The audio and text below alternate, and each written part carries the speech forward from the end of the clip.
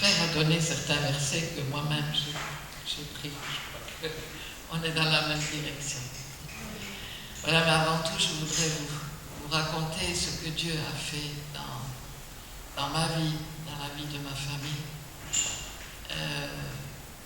Je suis sicilienne de naissance et je suis arrivée en Belgique, j'avais 7 ans. Et bien sûr, maman avait eu 6 enfants, j'étais la seule vivante. À ce moment-là, il n'y avait pas d'antibiotiques ni rien. Et avec un simple grippe, quelquefois, les enfants mouraient. Moi, je suis debout. J'étais la deuxième, et des 6 premiers, je suis la seule survivante. Maintenant, j'ai un frère et 2 sœurs. Grâce à Dieu. Alors, je suis arrivée avec mon papa donc, en Belgique en 1947, tout de suite après la guerre. Et j'ai grandi dans la région de Charleroi. Et vous savez, quand on va dans un autre pays, on porte avec nous notre tradition, notre culture. Et c'est ainsi que mon papa nous faisait vivre à la manière sicilienne, ce qui n'est pas mauvais en tout cas. Et je n'ai pas connu mon mari parce que j'avais été danser ou le connaître. Il m'a vu passer, il a vu que je lui plaisais, puis il est venu demander à mon papa directement. Et j'ai dû dire oui ou non. Et comme je n'aimais pas trop les Siciliens, je ne sais pas pourquoi d'ailleurs, bien j'ai demandé s'il était sicilien, il m'a dit non, alors je lui ai dit oui. Mais c'était un bel homme aussi, c'est un courageux. Il travaillait à la mine. Et voilà. Mais seulement il y avait un problème, il buvait. Et la personne qui nous l'a fait connaître, il dit il boit parce qu'il est tout seul. Et c'est vrai qu'il était tout seul en Belgique. Mais une fois qu'il aura une famille, il ne buvra plus. Mais vous ne savez pas que c'était pas vrai.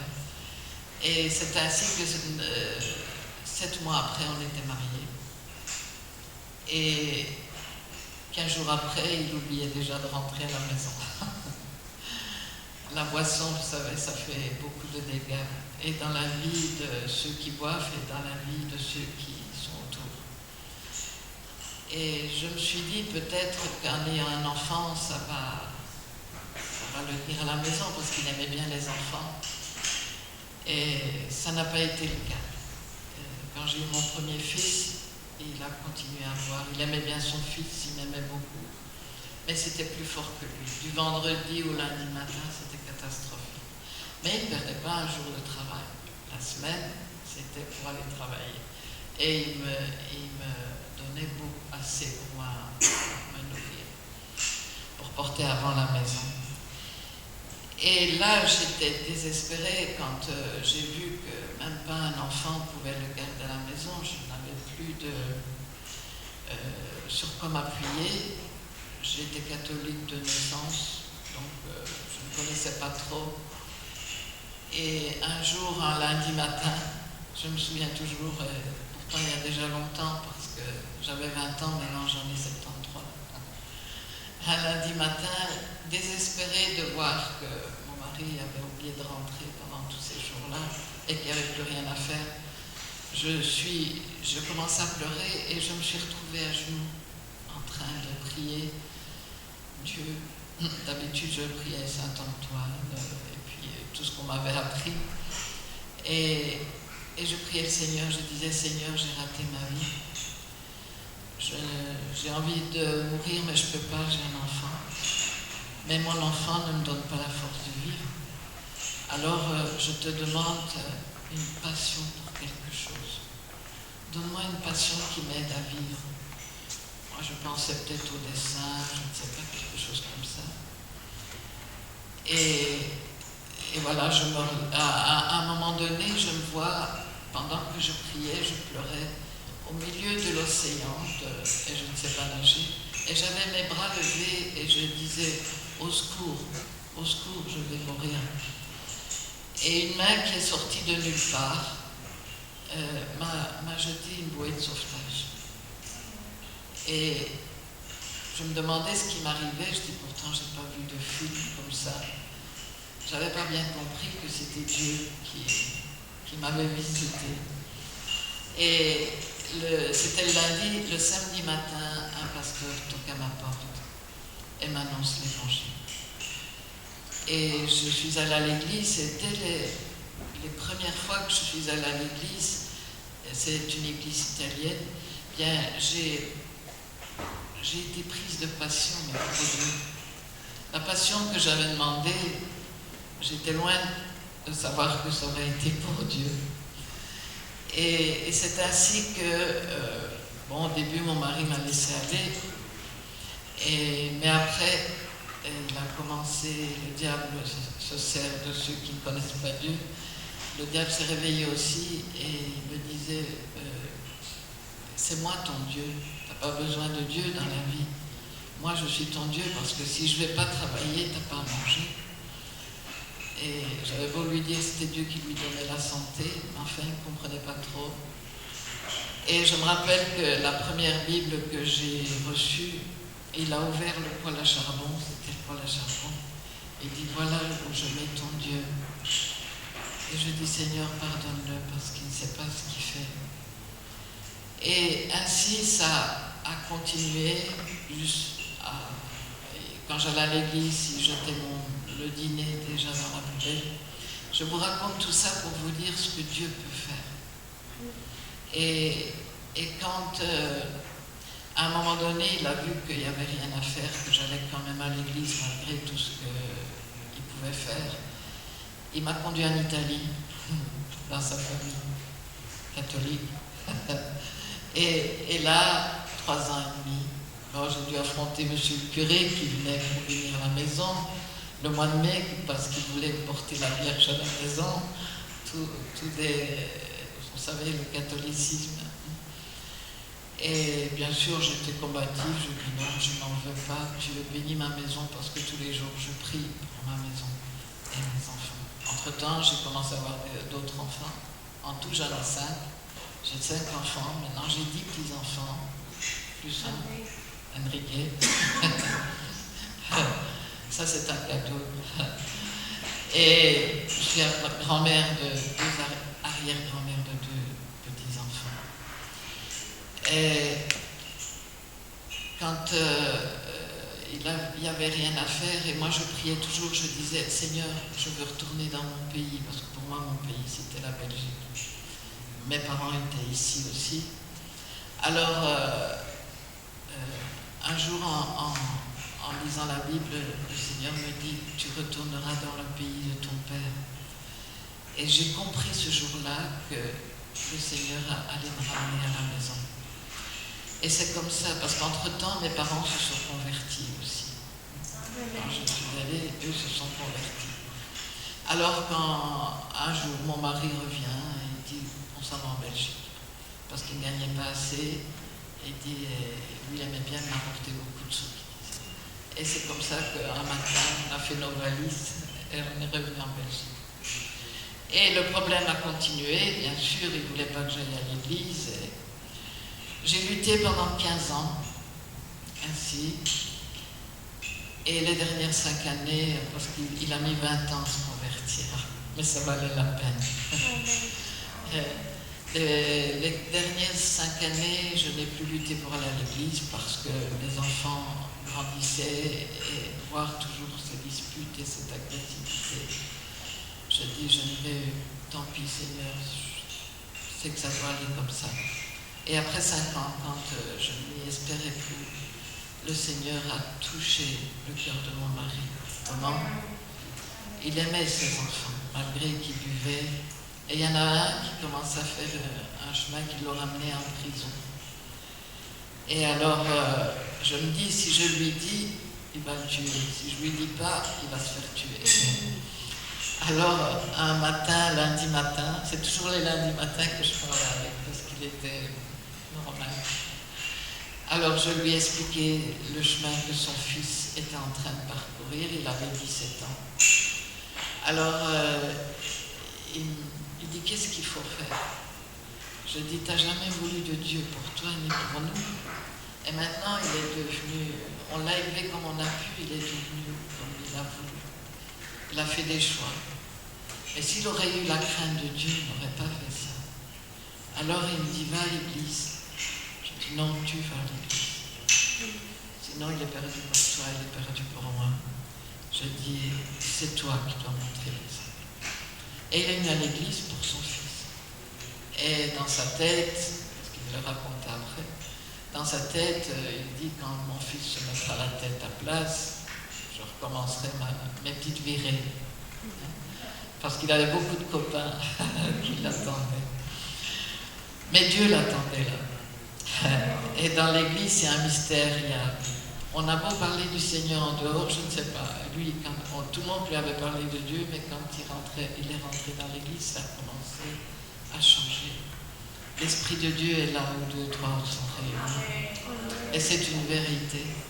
Et là, il a commencé je voyais bien qu'il changeait. Et alors, mais il voulait toujours sa bouteille de vin sur la table, qui disait, ça c'était sa lanterne. Et un dimanche, il y a un ami qui était venu le trouver et il dit, va à l'église, je vais te suivre. Mais il ne m'a pas suivi parce que c'est un ami de longue date. Et c'est comme ça qu'ils sont partis, tant que j'étais à l'église, et qu'ils ont bu, puis il est rentré pendant la nuit, plein. Et il s'est mis à genoux pour vous dire que Dieu œuvre n'importe où, même quand ils sont sous quelquefois, on dit, ils sont pleins, on ne va pas leur parler aujourd'hui. Seigneur a su le prendre ce jour-là. Et il était plein, et il a vu une vision. Il me l'a dit le lendemain, parce qu'il disait, Dieu, si tu me laisses la vie jusque demain, je ne boirai plus jamais ni de vin, ni de bière, c'était ça. Et je disais, Renato, c'est à Dieu que tu parles, c'est pas à moi. Non, je t'assure.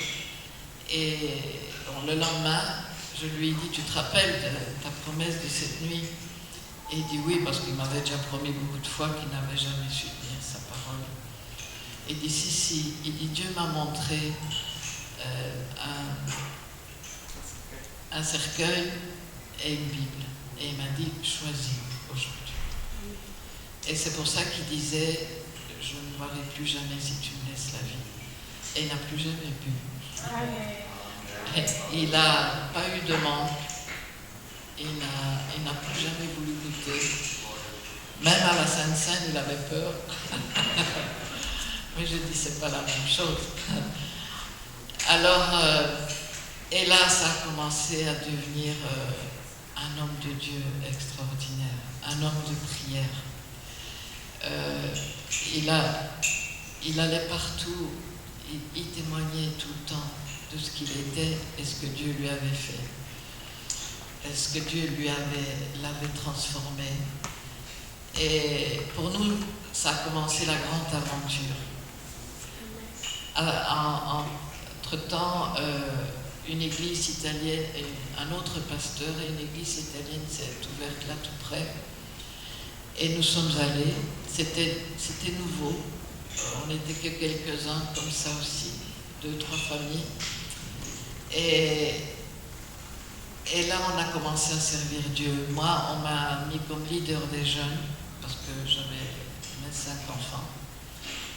Et en tant que leader des jeunes, il y avait une autre famille qui avait quelques enfants aussi. Le pasteur, ses enfants étaient petits. Et ils étaient peut-être une dizaine de jeunes. Et une chose, je n'avais pas beaucoup de connaissances, parce que, bon, comme il brûlait toujours mes Bibles, j'ai commencé à lire la Bible quand il s'est converti. Et alors là, j'ai commencé par la Genèse. J'ai enseigné les jeunes et j'ai enseigné par la Genèse. Et puis j'ai découvert la puissance du jeûne à travers la Bible, les victoires qu'on remportait. Et j'ai dit aux jeunes, est-ce que vous voulez que d'autres jeunes se convertissent? Et dit oui. Alors on va jeûner. Et pendant 1 an, ils ont jeûné le jour, c'était les mercredis, la réunion des jeunes, tous les mercredis, pendant 1 an. Et après 1 an, il y avait 30 jeunes. Là, j'ai découvert quelque chose de formidable. J'ai même oublié de lire à l'école biblique parce qu'on a fait tellement de trucs. Avec mon mari, on allait évangéliser partout et surtout, on a commencé par ses copains qui buvaient. Alors, les copains, ils se moquaient un peu.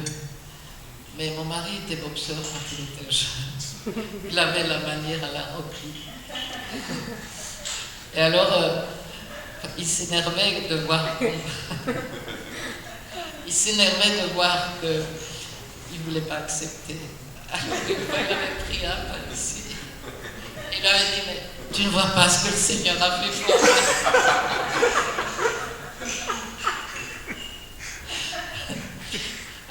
Je dis, Anatole, c'est pas comme ça qu'on fait. Et je lui dis, toi, tu as 20 ans de prière derrière toi. Je dis, commence à prier pour eux. Oui, c'était le Rocky des années 60. Alors, mais il y a un frère aussi qui avait un car anglais, qui avait 2 étages, qu'on pouvait s'asseoir et tout.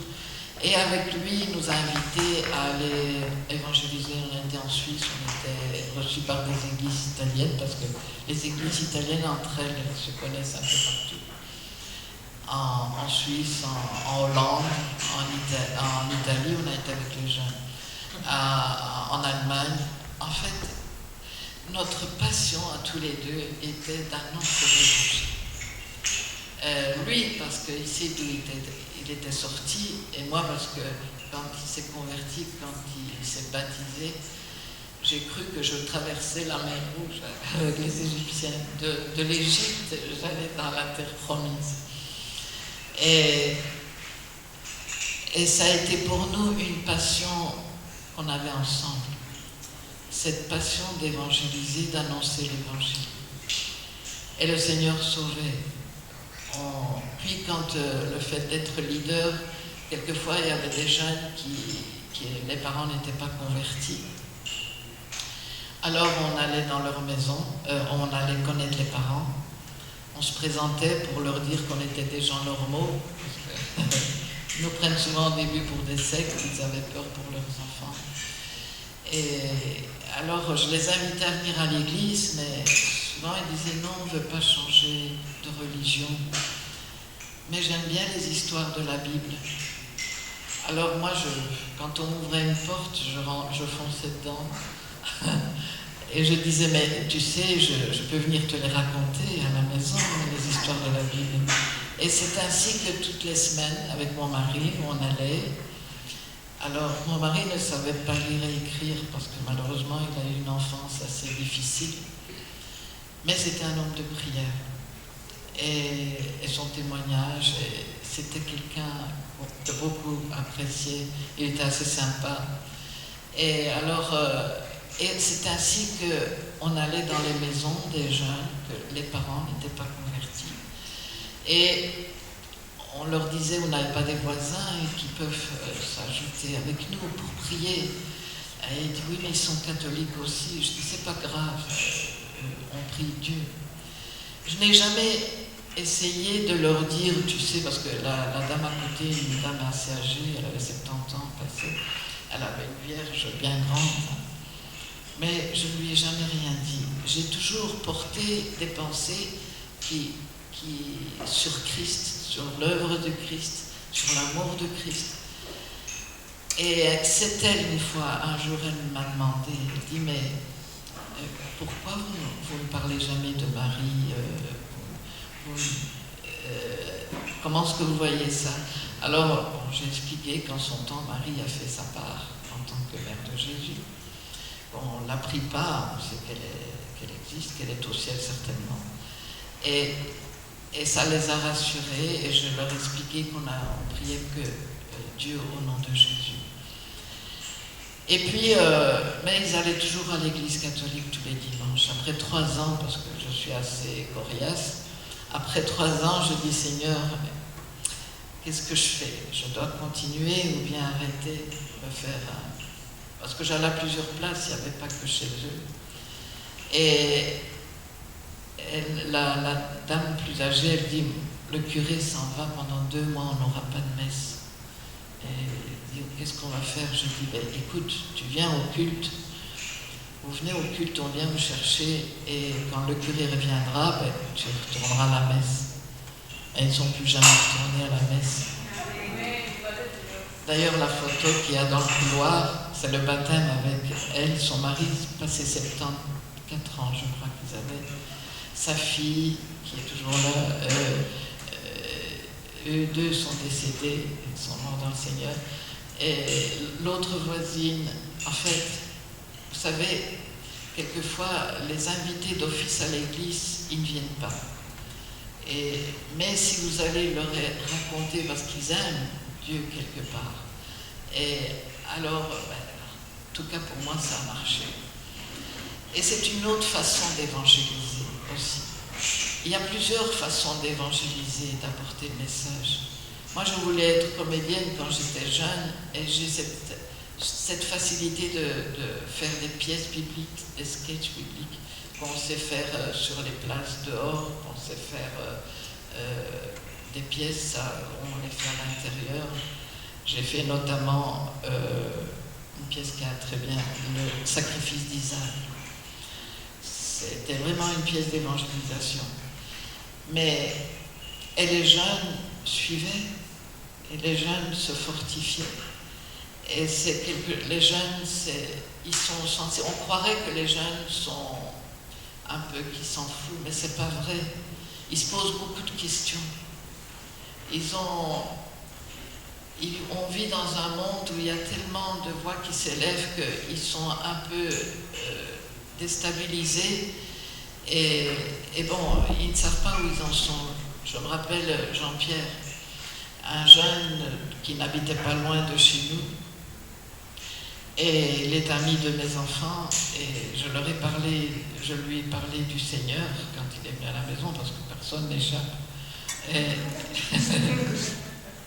cette passion, même à 73 ans, elle est toujours là. Amen. Merci Seigneur, c'est par sa grâce. Et alors, j'ai vu qu'il avait un problème, mais il n'osait pas me le dire. Et à un moment donné, il s'attachait, il voulait venir à l'église, parce qu'il avait un problème assez important, mais ses parents se sont dressés.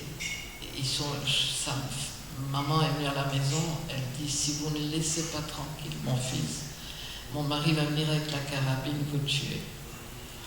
Et il lui a dit à son fils, si tu vas encore une fois là-bas, tu as ta valise dehors et tu t'en vas. Bien sûr, le fils est resté à sa maison, il ne s'est jamais converti, mais il a une maladie, maintenant il paraît qu'il est malade un peu partout. Je ne l'ai plus jamais revu. Tous les moyens sont bons pour évangéliser, pour annoncer l'évangile. Nous autres, on est appelés à annoncer l'évangile, et puis le Seigneur fait le reste. Nous avons été aussi, vous savez, avant il y avait les bureaux de chômage où on pointait tous les jours, je ne sais pas si vous avez connu. Maintenant les chômeurs ils ne doivent pas pointer, mais avant il y avait des bureaux et ceux qui chômaient devaient aller pointer tous les jours pour montrer qu'ils ne travaillaient pas. Et là on a commencé devant les bureaux de chômage à donner les traités avec les jeunes. Après on a commencé à les donner à Charleroi le dimanche matin parce qu'on avait le culte après-midi. Des traités, et un jour j'ai été interpellée par une jeune fille qui annonçait le magasin qui venait d'ouvrir et que le cuir était bon, que c'est le meilleur cuir, et je la regardais, elle était jeune, et une voix à l'intérieur qui me dit, tu vois, elle proclame les vertus de son cuir, et toi tu ne veux pas proclamer mes vertus. Je dis, mon Dieu, moi j'étais timide, naturellement timide. Et je dis, qu'est-ce que je vais faire? Mais Dieu me l'a demandé. Alors j'ai fait les papiers parce qu'il fallait à la commune demander l'autorisation. Parce que donner des traités, on peut le faire, mais commencer à élever la voix, chanter, à annoncer l'évangile. Et le monsieur qui m'a reçu, il m'a très bien reçu. Il m'a demandé ce que je voulais annoncer. Je lui ai expliqué. Il a pris le téléphone, il a dit à la police de Charleroi, ils ont carte blanche, laissez-les faire. Et là, on a commencé, une partie chantait et une partie donnait des traités. Et puis les jeunes m'ont payé un parlophone et j'annonçais l'évangile au parlophone. Bien sûr, la police est quand même venue 2 fois, mais quand je leur disais qui m'avait donné l'autorisation, sans papier, je devais dire son nom, alors ils disaient, ah bon, ça va continuer. Parce qu'il y avait des personnes, ça les dérangeait. Donc, vous voyez, quand on a ce désir d'annoncer l'évangile, le Seigneur met à cœur la manière. Nous, on cherche des méthodes, mais je crois que le mieux, c'est de chercher la face de Dieu. Maintenant, c'est une génération différente. Peut-être que c'est différemment on va vers les gens. Et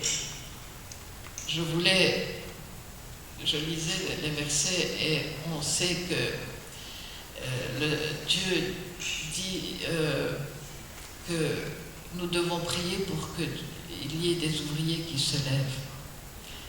Dans Luc 10, 2, il dit qu'il cherche des ouvriers pour sa moisson. Je crois que c'est le souci de Dieu que nous annoncions l'évangile et que des âmes puissent venir à lui. Vous savez, mon mari, d'un fou, il est devenu un sage. Il n'y a rien qui est impossible à Dieu. Tout est possible à celui qui croit. Ce verset-là doit être un verset qui nous tient. Tout est possible. Pas quelque chose oui et quelque chose non, mais tout. Tout dépend de notre détermination et de notre foi et notre intimité avec Dieu. Dieu cherche des ouvriers. L'autre verset dit, car le Fils de l'homme est venu chercher, sauver ce qui était perdu. Dieu a cherché la brebis égarée. La Bible nous parle que Dieu cherche des adorateurs, Dieu cherche des intercesseurs. À plusieurs reprises, le Seigneur nous exhorte aussi à chercher, parce qu'il dit, cherchez d'abord le royaume de Dieu et sa justice. Si Dieu nous a cherchés, qu'il nous a trouvés, alors il faut le laisser agir dans nos vies, parce qu'il veut aussi nous donner ses trésors. Vous savez, les trésors cachés dans le ciel qu'il met dans nos cœurs. Il veut que nous soyons ce vase pour recevoir ces trésors. Il veut que nous soyons ce canal pour manifester sa gloire sur cette terre. C'est à travers de l'Église qu'il doit le faire. Et il veut aussi que nous devenions ce temple par lequel il est adoré, puisque la Bible dit que nous sommes le temple du Saint-Esprit. Et l'Esprit de Dieu est en nous, et nous adorons Dieu. Et Dieu cherche des adorateurs en esprit et en vérité. Dieu cherche, laissons-nous trouver. Il veut des femmes et des hommes disposés à obéir. Et ce n'est pas toujours facile d'obéir à Dieu. Ce n'est pas toujours une chose aisée. Mais ça vaut la peine.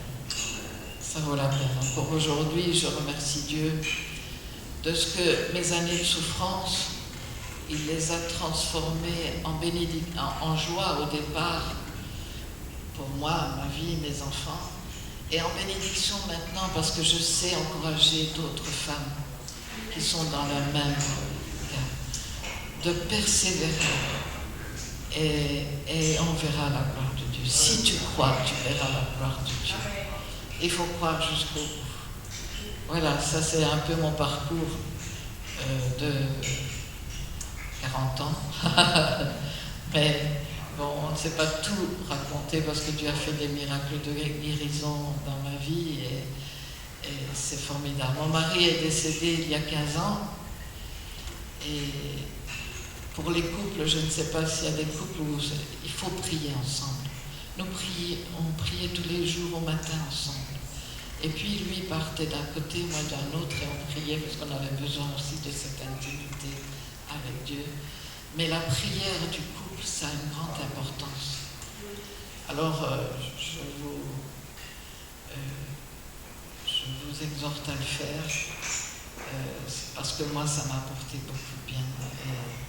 Et Dieu œuvre de cette façon-là. Voilà, je vais terminer ici. Que Dieu vous bénisse. Amen.